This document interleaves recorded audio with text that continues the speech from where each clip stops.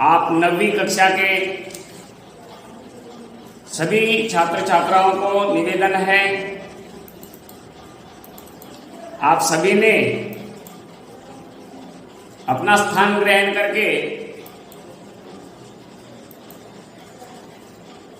इस हिंदी के क्लास में उपस्थित हो गए हैं। अपना पूरा लक्ष्य इस हिंदी व्याकरण में आज हम जो नया टॉपिक लेकर के आए हैं, हमारा आज का विषय है व्याकरण में पद परिचय एवं आज हम शब्द और पद तथा पद परिचय और संज्ञा का अभ्यास करने जा रहे हैं। अब देखिए, शब्द और पद ये क्या चीज है? वर्णों के सार्थक समूह को हम क्या कहते हैं? शब्द कहते हैं। वर्णों के सार्थक समूहों को हम क्या कहते हैं? शब्द कहते हैं। तथा वाक्य के बाहर जब स्वतंत्र रूप से प्रयुक्त होता है तो भी वह शब्द कहलाता है। वाक्य के बाहर जब स्वतंत्र रूप से वो प्रयुक्त होता है तब शब्द कहलाता है। अब शब्द जब वाक्य में उपयोग में लाया जाता है, शब्द को जब वाक्य में रखा जाता है, शब्द जब वाक्य में प्रयुक्त होता है तब वह पद कहलाता है। ध्यान में रखना है, शब्द किसे कहते हैं और पद किसे कहते हैं। वर्णों का सार्थक समूह जो है ये है शब्द, और वह शब्द वाक्य से बाहर स्वतंत्र रूप से जब प्रयुक्त होता है तब शब्द कहलाता है। जब वह शब्द वाक्य में प्रयुक्त होता है तब उसको हम क्या कहेंगे? उसको हम ये कहेंगे ये पद है। और पदों का परिचय हमें लेना है। पद परिचय के अंतर्गत पद का परिचय देना माने पद का व्याकरणिक परिचय देना है। कौन सा परिचय देना है हमें? व्याकरणिक परिचय देना है पद का। शब्द का व्याकरणिक परिचय है। अब परिचय शब्द का अर्थ देखो, परिचय माने इंट्रोडक्शन देना, हमारा परिचय देना। अब इसमें परिचय के अंतर्गत कौन, कैसे, कहां, इन प्रश्नार्थक चिन्हों का हम वापर करेंगे, उपयोग करेंगे। परिचय के अंतर्गत ये कौन जो शब्द है ये प्रश्नार्थक है। किसका परिचय है? अच्छा, हमने परिचय दे दिया, मेरा नाम मोहित है। परिचय देते हुए आप कैसे हो? दो सहयोगी, दो दोस्त मित्र एक दूसरे को मिल जाते हैं तब ये बताते हैं कि जी हाँ, सबसे पहले तो बताएंगे आप कौन है, फिर बाद में पूछेंगे आप कैसे हो, आपकी सेहत कैसी है, एक दूसरे का परिचय पूछेंगे और आप कहां पर रहते हो। ऐसे एक दूसरे का साक्षात्कार लिया जाता है, इसको इंट्रोडक्शन कहा जाता है। इस वर्ड का जो इंटरव्यू है, जिसे हम इंटरव्यू कहेंगे, परिचय देना, साक्षात्कार देना माने इंटरव्यू देना। अर्थात शब्दों का लिंग वचन काल से संबंध बनाना है या बताना है। शब्दों का लिंग वचन काल से संबंध बताना है। अब हम यहां आगे देखेंगे इस हिंदी के व्याकरण में पद परिचय के अंतर्गत हम ये देखेंगे कि पद परिचय में किसका विचार किया जाता है? लिंग का। तत्पश्चात वचन है, वचन के बाद में कारक तथा काल है। अब हम एक उदाहरण के तौर पर लेंगे। यहां पर मैंने नजीर लिखा है, इसकी जगह पर लेंगे हम दक्ष नाम ले लेंगे। दक्ष नारियल बेचता है।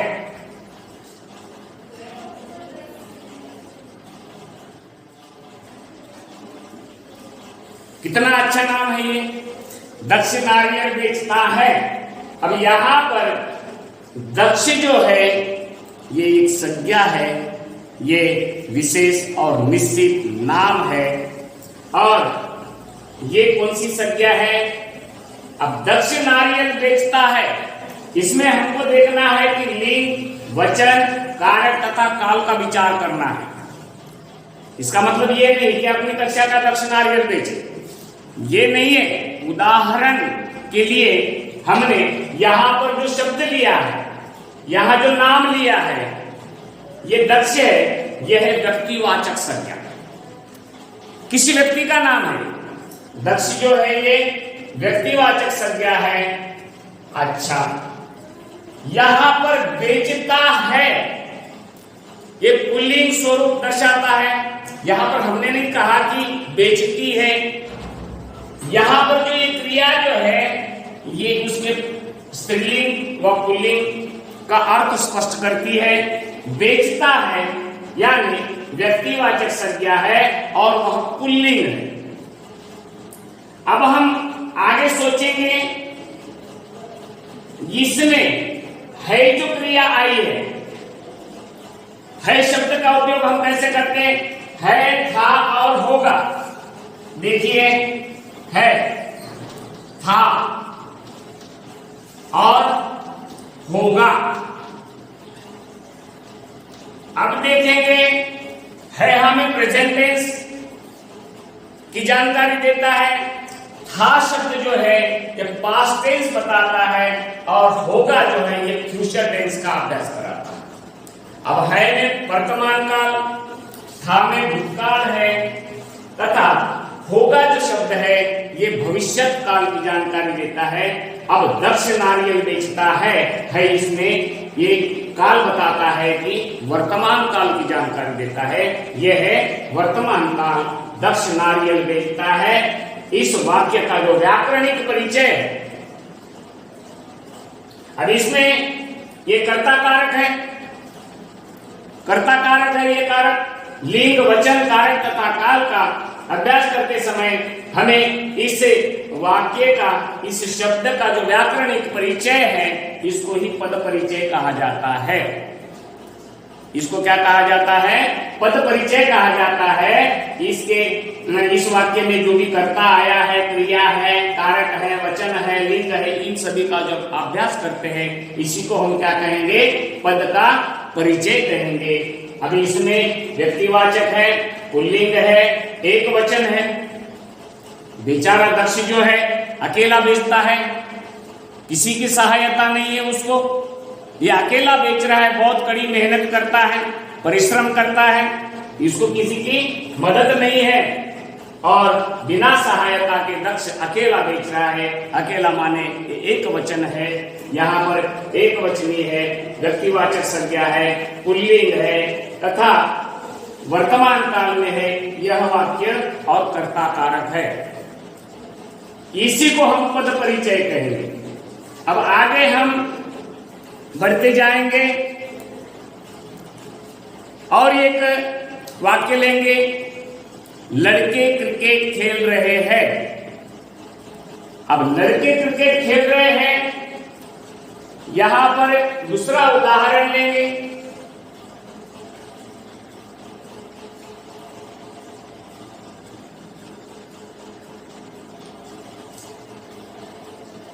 नहीं तो एक दूसरा उदाहरण है, आदित्य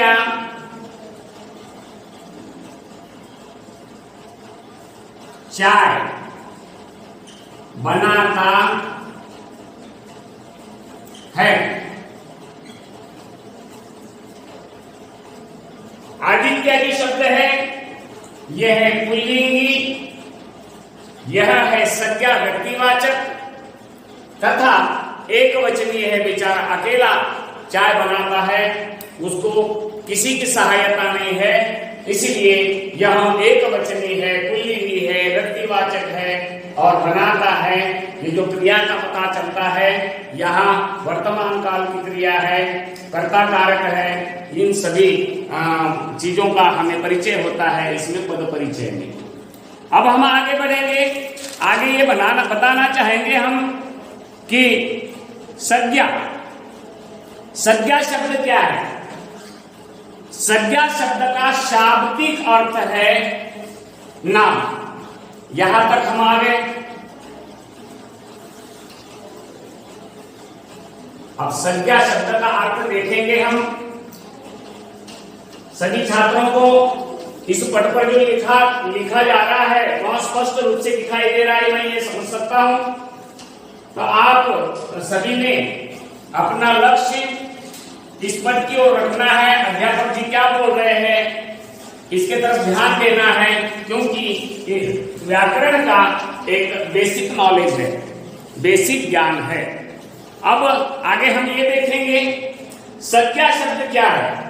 अब संज्ञा में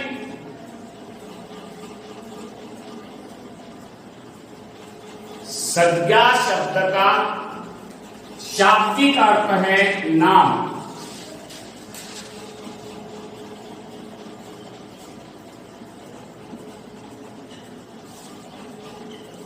इसका शाब्दिक अर्थ क्या है?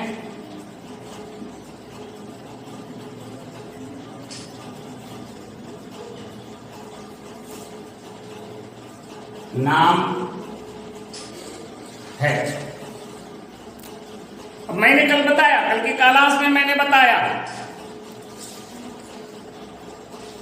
इस नक्षत्र मंडल के अंदर जो है, इस संसार में हर एक चीज को नाम होता है। नाम के बगैर कोई चीज पहचानी नहीं जाती है।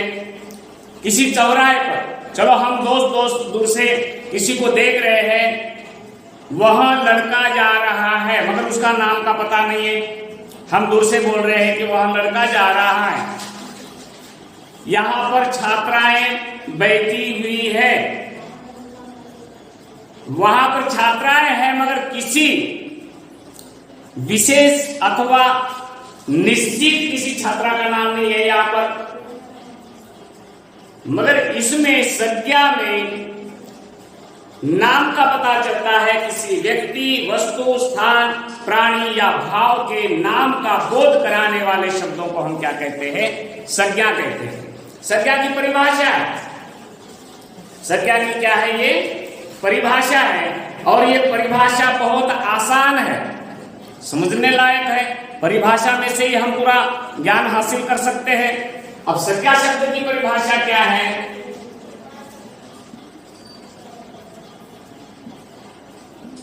इसकी परिभाषा देखेंगे। किसी व्यक्ति, वस्तु,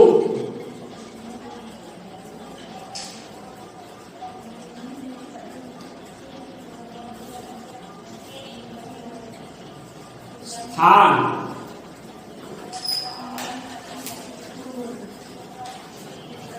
प्राणी या भावों के नाम का बोध कराने वाले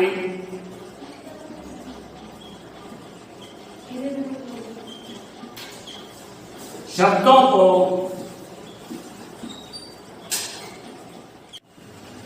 अब वस्तु का नाम लेंगे। कलम है, किताब है।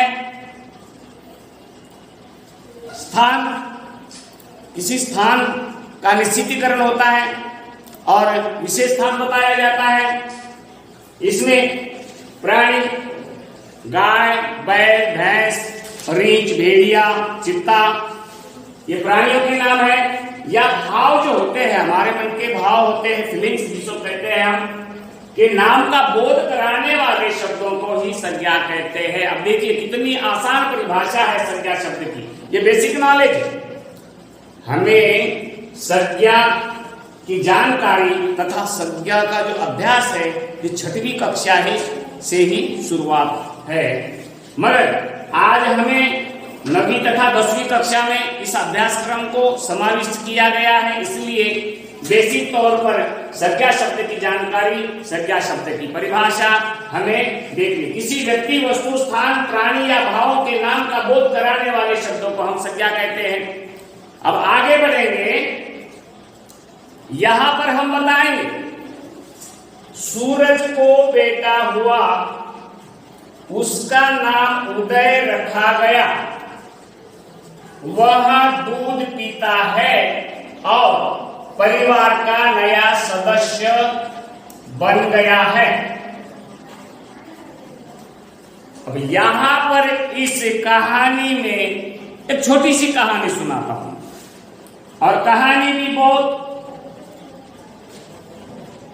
अच्छी है, मीठी कहानी है ये। और किसी के घर में बेटा हुआ है, आनंद की बात है। और सूरज को बेटा हुआ है।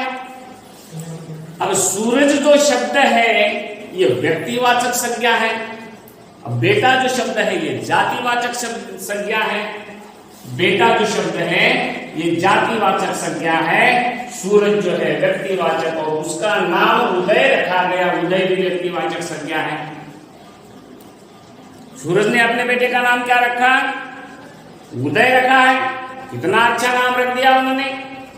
सूरज को बेटा हुआ, बेटी होती तो उसका नाम और अच्छा रख देते, आदिति रख देते, खुशी रख देते उनका नाम।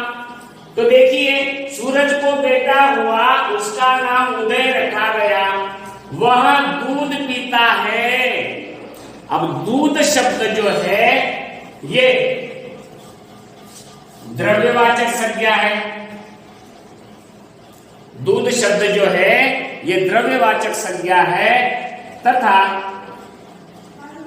वह परिवार का नया सदस्य।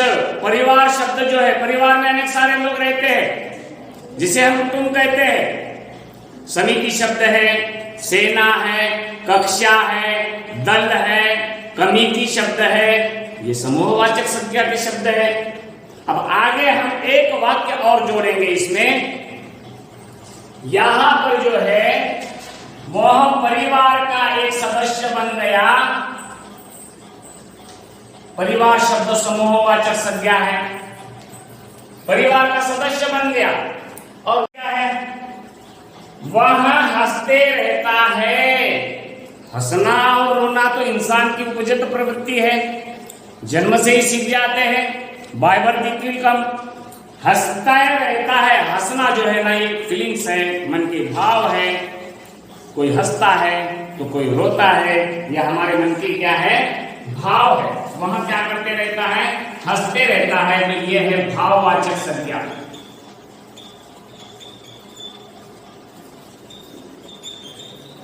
सभी को दिखाई दे रहा है? एक एक शब्द, एक एक यहां का जो हिस्सा है व्याकरण का, संज्ञा के संदर्भ में जो भी जानकारी है उसको ध्यान में लेना बहुत जरूरी है। सूरज को बेटा हुआ, बेटा जातिवाचक संज्ञा है, उसका नाम उदय रखा गया, व्यक्तिवाचक संज्ञा है।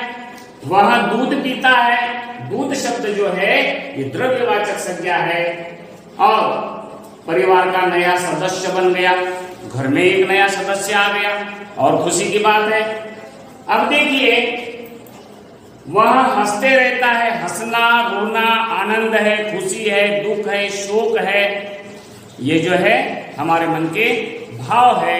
इसीलिए यहाँ पर संज्ञा के भेद भी बताए गए हैं। अब सभी संज्ञा के भेदों का हम एक एक से individual we will study here, एक एक से हम इनका अभ्यास करेंगे। अब देखिए, संज्ञा शब्द के जो भेद है अब मैंने बता दिया। इस छोटी सी कहानी में मैंने बताया आपको व्यक्तिवाचक संज्ञा, जातिवाचक संज्ञा किसको कहते हैं। इसमें द्रव्यवाचक संज्ञा है, भाववाचक संज्ञा है, समूहवाचक संज्ञा, सभी का परिचय करवाया मैंने। अब सबसे पहले हम देखेंगे कि संज्ञा के भेद कितने हैं। संज्ञा के कुल 5 भेद हैं। अब संज्ञा के 5 भेद जो है, इसमें सबसे पहला भेद हम देखेंगे संज्ञा के भेद।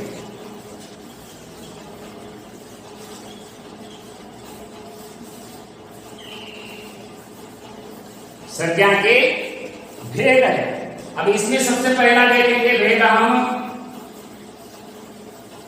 सबसे पहला भेद है व्यक्तिवाचक संज्ञा।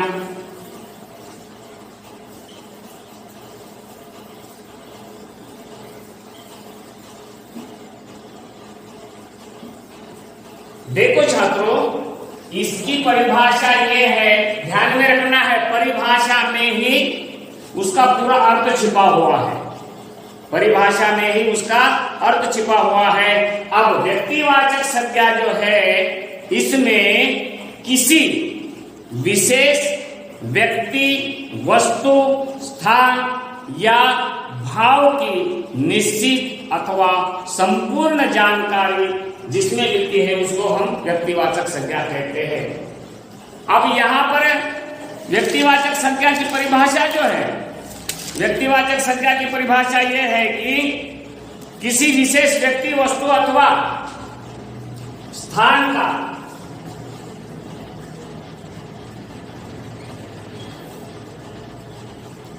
विशेष व्यक्ति, वस्तु, स्थान की निश्चित जानकारी है।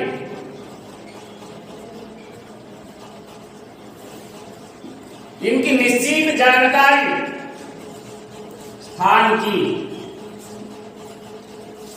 निश्चित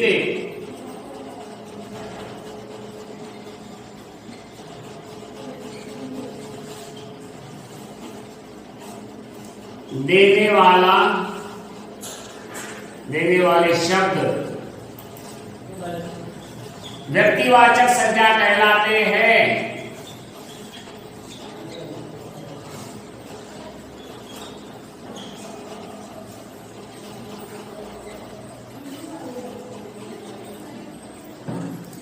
अब देखिए, यहां पर मैं आप लोगों को उदाहरण देता हूं।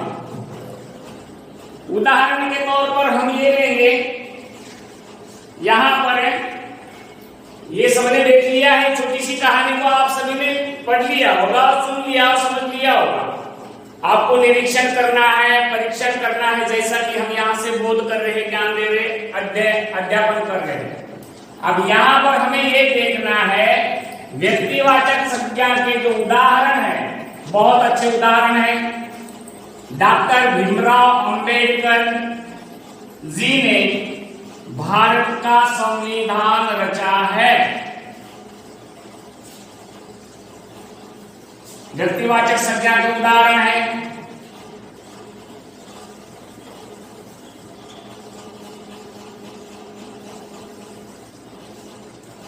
व्यक्तिवाचक संज्ञा में नाम आता है। व्यक्तिवाचक संज्ञा में क्या आता है? नाम आता है। नाम की जानकारी दी जाती है। इसमें हम नाम लेंगे। व्यक्तिवाचक संज्ञा में एक नाम लिखेंगे हम, वजूद। उसके बाद में नाम लिखेंगे आदित्य। उसके बाद में नाम लिखेंगे स्वराली। इसके बाद में नाम लिखेंगे पायल। कितने अच्छे नाम हैं। खुशी। ये व्यक्तिवाचक संज्ञा में आ जाते हैं। अब मैंने बताया कि एक उदाहरण दे रहा हूं मैं आप सभी लोगों को। अब उदाहरण में हम दे देखेंगे। व्यक्तिवाचक संज्ञा का उदाहरण देखिए। उदाहरण में डॉक्टर भीमराव अंबेडकर जी ने भारत का संविधान लिखा है।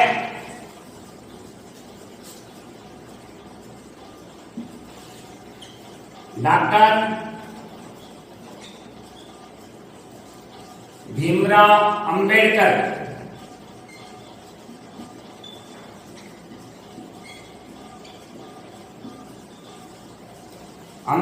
जी ने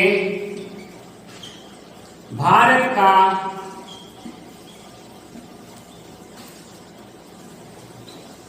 संविधान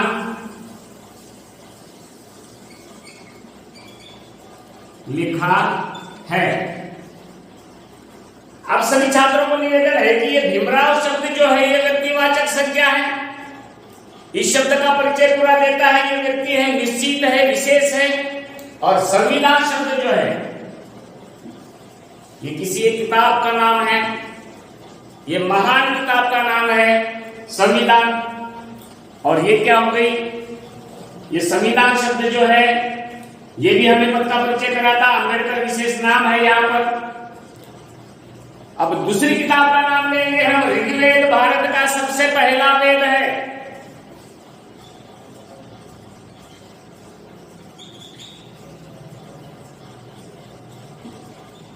ऋग्वेद भारत का पहला वेद है। ऋग्वेद नाम की जो महान किताब है ये इस पद का परिचय कराती है हमें। व्यक्तिवाचक संज्ञा है, ये किसी विशेष किताब का नाम दिया गया है। अब खाली हमने वेद शब्द का उच्चारण नहीं किया, क्योंकि वेदों में अथर्ववेद है, सामवेद है, यजुर्वेद है, ऋग्वेद है, इन सभी वेदों के नाम आ जाते हैं और वो अलग अलग आ जाएंगे। ये ऋग्वेद का नाम दिया गया, व्यक्तिवाचक संज्ञा। और तीसरा, हमें अगर किसी स्थान का परिचय कराना है तो इसमें एक वाक्य का उदाहरण लेंगे, जामा मस्जिद दिल्ली में स्थित है। तीसरा उदाहरण लेंगे हम, जामा मस्जिद, शायद आपको दिखाई नहीं दे रहा हो तो नंबर 3 का उदाहरण है जामा मस्जिद दिल्ली में स्थित है।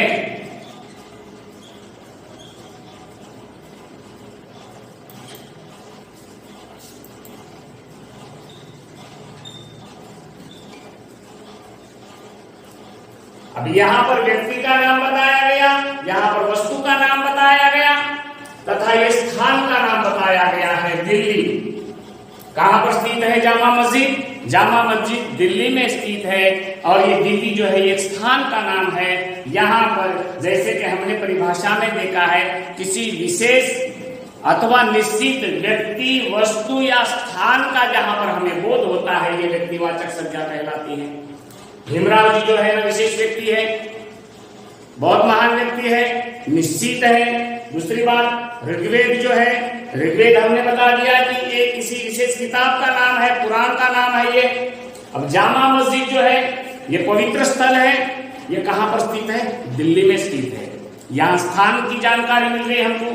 अब आगे हम ये देखेंगे, व्यक्तिवाचक संज्ञा के बाद में हमें जातिवाचक संज्ञा का अभ्यास करना है। जातिवाचक संज्ञा की ओर जाते समय सभी छात्र छात्र